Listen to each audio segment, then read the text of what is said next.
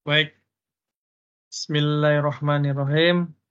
Assalamualaikum warahmatullahi wabarakatuh. Pada hari ini kami bertiga mencoba untuk menyampaikan terkait dengan literatur review terhadap paper dalam mata kuliah Manajemen Teknologi dan Inovasi dengan dosen pengampu yaitu Dr. Insinyur Tatang Ahmad Taufik MSc, dan kami dari penyusun yaitu ada Ahmad Budianto, ada Rizky Ramadhani, ada Yogi Baskoro. Di sini ingin melakukan review terhadap paper yang berjudul Innovation Ecosystems, a Conceptual Review and a New Definition yang dikarang oleh Ove Granstrand dan Marcus Holgersson. Mari kita mulai presentasi kita pada hari ini. Ya, ini merupakan mata kuliah dari Manajemen Teknologi Inovasi, di mana judul paper yang kita review adalah Innovation Ecosystem, a Conceptual Review and a New Definition. Ya, apa saja yang akan kita bahas di sini adalah kita mencoba untuk mereview secara umum tentang paper yang telah dibuat oleh Granstrand dan Holgersson, di mana paper tersebut membahas pada umumnya yaitu tentang pentingnya ekosistem inovasi dalam mendorong pertumbuhan ekonomi dan penciptaan nilai. Selain itu, pada paper ini juga mengedepankan dalam membahas pendekatan-pendekatan baru untuk mendefinisikan maksud daripada ekosistem inovasi, di mana ada suatu hubungan secara dinamis antara entitas yang berinteraksi, bertukar pengetahuan, dan berkolaborasi. Nah, lalu kita mulai dari introduction, di mana latar belakang daripada paper ini adalah mengangkat tentang pada 15 tahun terakhir ini terjadi suatu konsep bagaimana mendefinisikan tentang ekosistem inovasi, yang mana di sini telah menjadi suatu perdebatan, di mana konsep ekosistem ini tidak hanya bermetafora, tetapi juga menjadi suatu bahan yang sangat persuasif dan secara konsepnya jadi perdebatan, sehingga diperlukan suatu tinjauan dan analisis secara konseptual. Nah, apa saja yang diperdebatkan dalam mendefinisikan tentang ekosistem inovasi ini, yaitu pertama adalah bagaimana ekosistem inovasi ini menjadi suatu subjek yang banyak diperdebatkan, sehingga terutama untuk posisi kegunaan dan kesamaannya antara konsep sistem inovasi itu sendiri. Nah, yang kedua, dilihat secara luas adanya keterbatasan konsensus yang terjadi di antara para peneliti tentang memahami apa sebenarnya ekosistem inovasi itu sendiri. Sementara tujuan daripada presentasi ini ataupun inti daripada mereview paper tersebut yaitu menjawab panggilan tentang bagaimana konsep-konsep dan upaya dalam meningkatkan konsensus yang menyediakan definisi eksplisit daripada ekosistem inovasi, dan cara bagaimana menganalisis definisi tersebut yang dihadapkan dengan proses daripada ekosistem inovasi ataupun konsep-konsep terkait, sehingga mampu mengusulkan definisi yang sintesis dari ekosistem inovasi itu sendiri. Nah, dalam mendefinisikan suatu maksud daripada ekosistem inovasi sendiri, ada beberapa syarat yang diperlukan, yaitu pertama, definisi tersebut harus memenuhi kebutuhan empiris atau teoritis yang berdasarkan konsep yang ada. Lalu selanjutnya adalah dia harus memiliki suatu tujuan yang tepat dan akurat, serta cara kerangka berpikirnya harus konsisten secara logis. Yang ketiga adalah bagaimana konsep ini bisa dioperasionalkan, memenuhi konsep dapat dikualifikasikan, dapat ditopologikan, dan juga bisa diterima secara taksonomi. Yang terakhir, bagaimana mendefinisikan ekosistem inovasi ini secara mampu memenuhi syarat sintaktis dan semantik sesuai dengan konseptual umum dan berkorelasi dengan konsep-konsep terkait seperti sistem konsep itu sendiri, sistem inovasi, ataupun dengan ekosistem. Nah, adapun konsep-konsep yang bisa dijadikan rujukan dalam kita mendefinisikan ekosistem inovasi itu sendiri, ada 4 hal.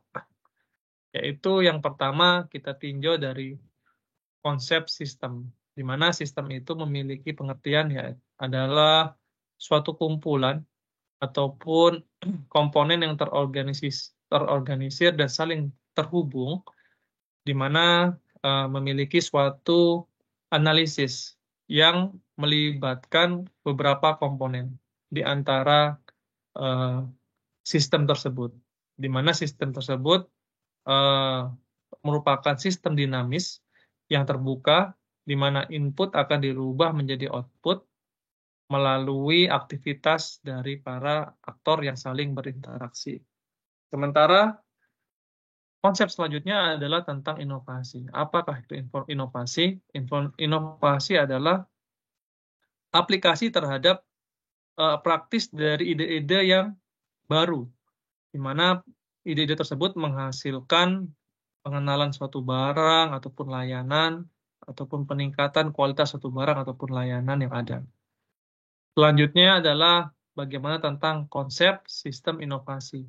Di sini dijelaskan bahwasannya sistem inovasi yaitu kumpulan suatu lembaga ataupun institusi yang terkait yang berhubungan dan menciptakan, menyimpan, dan mentransfer inovasi itu sendiri. Yang terakhir yaitu penjelasan tentang konsep ekosistem, di mana ekosistem ini mengkonseptualisasikan tentang aliran materi dan energi yang mana melibatkan berbagai macam subsistem, di mana dalam subsistem tersebut terorganisir dan saling berperannya, saling mempengaruhi dan berorientasi kepada proses. Yang mana ekosistem itu menghubungkan subsistem baik yang hidup maupun yang tidak hidup. Oke.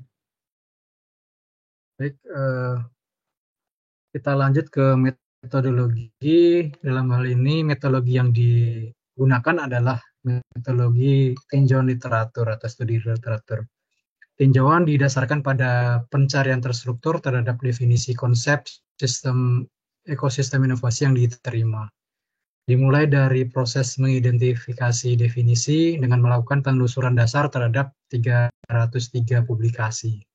Kemudian dilakukan limitasi atau pembatasan terhadap 120 artikel yang paling banyak dikutip. Kemudian dari 120 artikel tersebut ditemukan definisi eksplisit konsep ekosistem inovasi dalam 22 artikel. Banyak referensi utama atau key reference yang telah disertakan dalam sampel, namun 18 publikasi baru berhasil diidentifikasi, di mana 4 diantaranya memberikan definisi eksplisit tentang konsep ekosistem inovasi. Namun beberapa di antaranya ada yang tumpang tindih. Sehingga dengan mengecualikan yang tumpang tindih tersebut, didapatkan sampel akhir yang terdiri dari 21 definisi eksplisit dan unik dari konsep ekosistem inovasi tersebut. Kemudian setelah dilakukan identifikasi, definisi tersebut dianalisis menggunakan pengkodean terbuka. Proses ini menghasilkan 24 kode komponen, di mana kode-kode komponen ini dianalisis untuk menemukan tema-tema gabungan, sehingga menghasilkan 7 tema komponen. Misalnya, kode yang mencakup pengetahuan, sumber daya, produk, dan platform semuanya berhubungan dengan artefak dalam ekosistem inovasi. Sehingga dikelompokkan secara tematis dalam kelompok artefak. Next.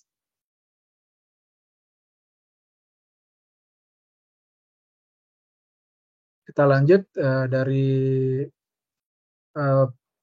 review tadi ditemukan beberapa 7 komponen ya, di mana aktor itu terdapat 21, kolaborasi terdapat 16, aktivitas ada 15, artefak 8, kemudian institusi ada 7, koevaluasi 7, dan persaingan ada 6 yang terkutip ya di situ. Sehingga kita dapat mendapatkan suatu pandangan, definisi, dan konseptual yang diterima penting untuk menunjukkan dengan tepat aspek sistem baru dari inovasi, seperti strategi untuk interface, desain secara aktif, guna mencapai manfaat yang saling melengkapi antar aktor. Namun, dengan fokus utama pada kolaborasi antar aktor dan seringkali mengesampingkan persaingan dan artefak, sehingga definisi-definisi telah mengesampingkan terlalu banyak keakuratan demi kesederhanaan. Akibatnya, definisi cenderung kurang spesifik dan terlalu umum. Next. Kemudian berikut adalah entitas yang sering berulang, yaitu ada aktor, artefak, dan institusi. Selain itu, tinjauan konseptual mengidentifikasi aktivitas dan hubungan, terutama termasuk hubungan kolaboratif atau saling melengkapi dan kompetitif atau pengganti, serta sifat ekosistem inovasi yang saling berkembang.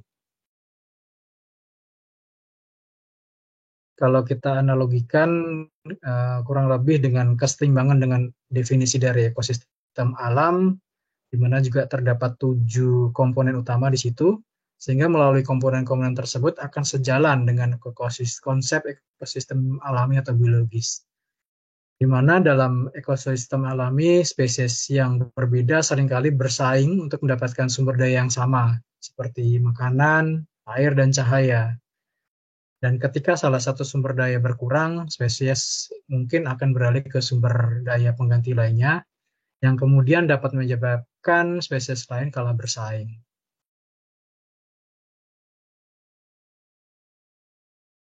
Berikut adalah kurang lebih kesimpulannya dari beberapa ide tadi, dengan didukung dengan studi literatur tadi, mendapatkan suatu definisi yang baru.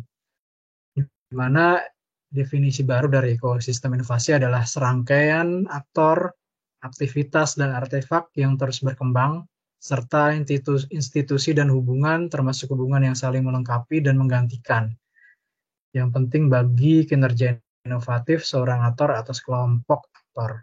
Dalam hal ini, definisi artefak mencakup produk dan jasa, sumber daya yang berwujud maupun tidak terwujud, sumber daya teknologi, non-teknologi, serta jenis masukan dan keluaran lainnya, serta termasuk inovasi. Dengan kata lain, ekosistem inovasi dapat mencakup sistem aktor dengan hubungan kolaboratif dan kompetitif, dengan atau tanpa perusahaan, fokus, dan sistem artefak dan dengan hubungan yang saling melengkapi dan menggantikan. Next.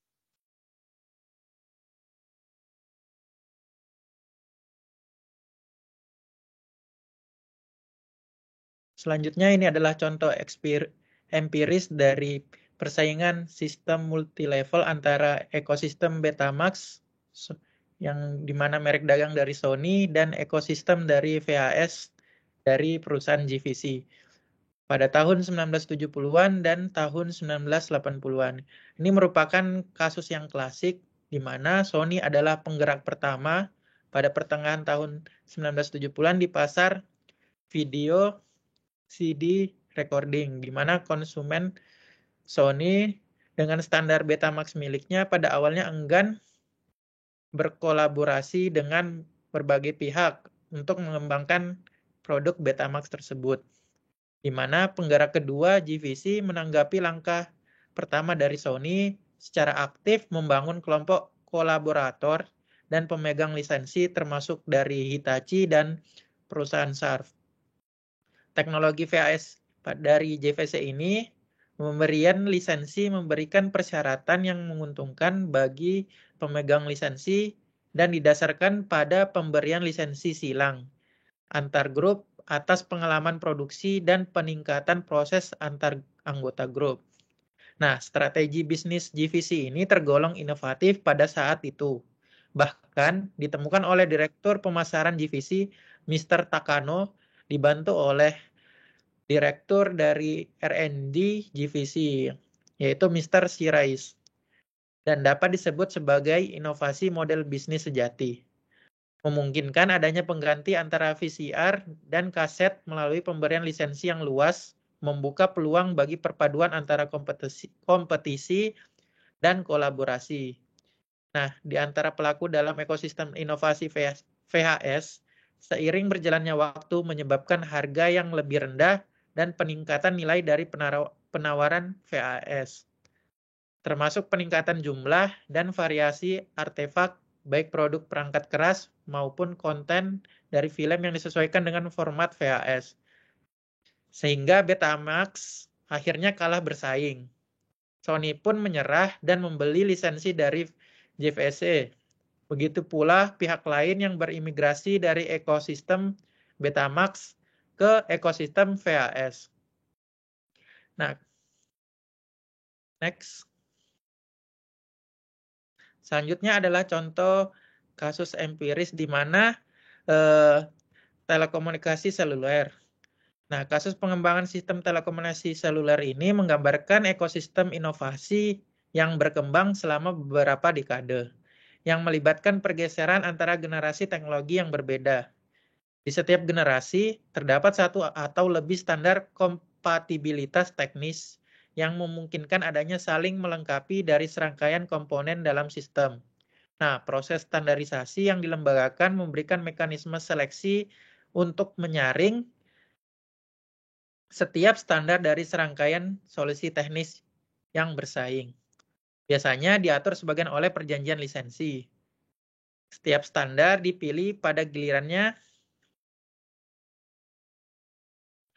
bersaing dan berkompetisi dengan standar lainnya.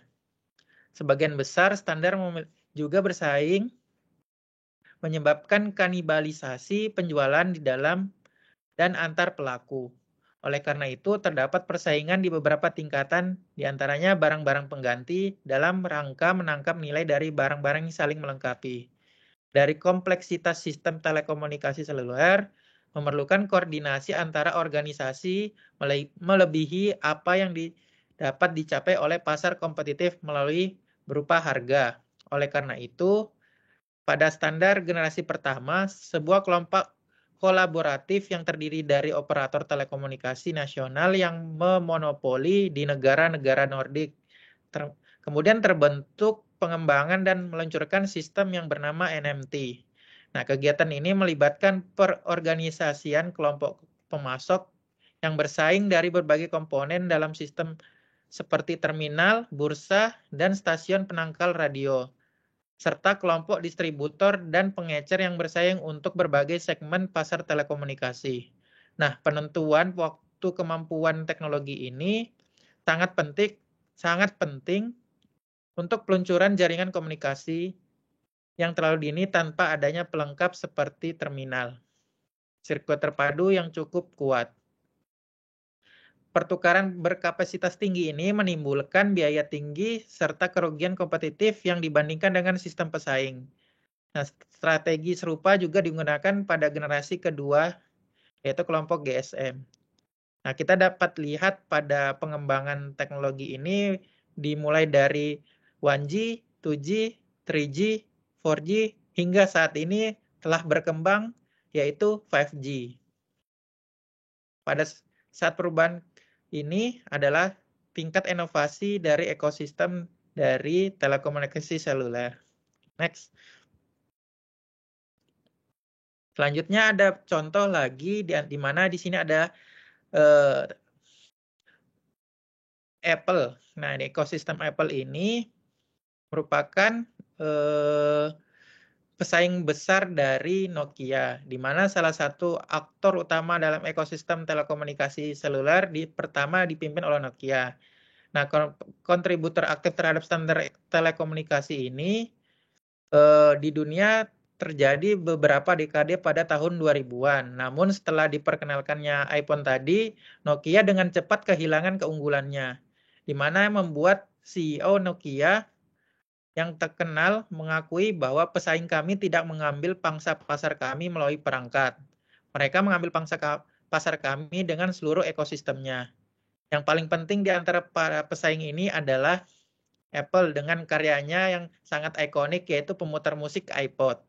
Apple telah berhasil memposisikan dirinya sebagai integrator sistem dan berhasil membangun ekosistem teknologi dan aktor yang saling melengkapi, termasuk penyedia konten seperti perusahaan rekaman dan penerbit musik. Nah, penerapan strategi ini terbukti sangat berhasil dengan mengontrol secara ketat perangkat keras dan sistem operasi ponsel cerdas dengan strategi yang eksklusif sekaligus membuat diri bagi sejumlah investor pelengkap dan aplikasi maupun konten. Apple berhasil menyeimbangkan kolaborasi dan persaingan tersebut, baik dalam hal persaingan antara perusahaan dengan pihak-pihak yang saling melengkapi seperti penjualan konten maupun pesaing antara berbagai pihak yang melengkapi misalnya seperti konten game. Next. Nah, dari ketiga kasus tersebut mewakili inovasi sangat radikal, perubahannya radikal dan sangat besar dalam teknologi sistem di industri elektronik. Sifat umum dan hubungan yang sangat melengkapi dapat menggantikan serta banyak aktor kegiatan, artefak, dan institusi seluruh industri menunjukkan bahwa konsep ini dapat diterapkan secara umum. Meskipun mungkin beberapa komponen di dalamnya kurang diperlukan untuk inovasi yang kecil atau kurang besar dalam progresnya. Namun seiring dengan semakin banyaknya teknologi digital memasuki industri, relevansi seluruh komponen konsep ekosistem ini memungkinkan akan meningkat karena sifat umum dan terhubung dari teknologi tersebut. Next.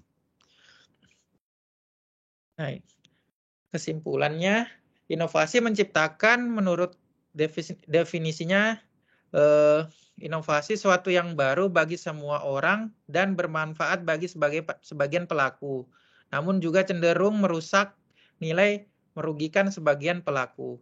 Dampak yang saling melengkapi ini menggantikan inovasi, terutama inovasi yang sangat besar secara ekonomi dan radikal secara teknologi.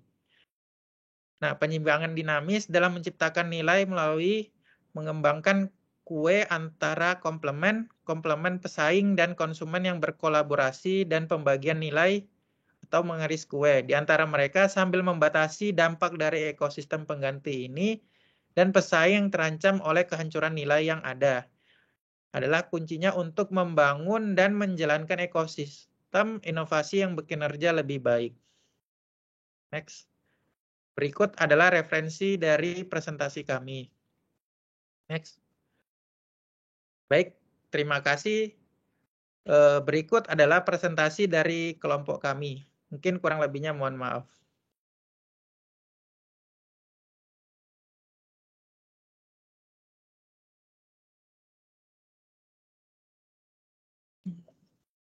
Sip. 23 menit, Bang. 24. 24. Pas lah.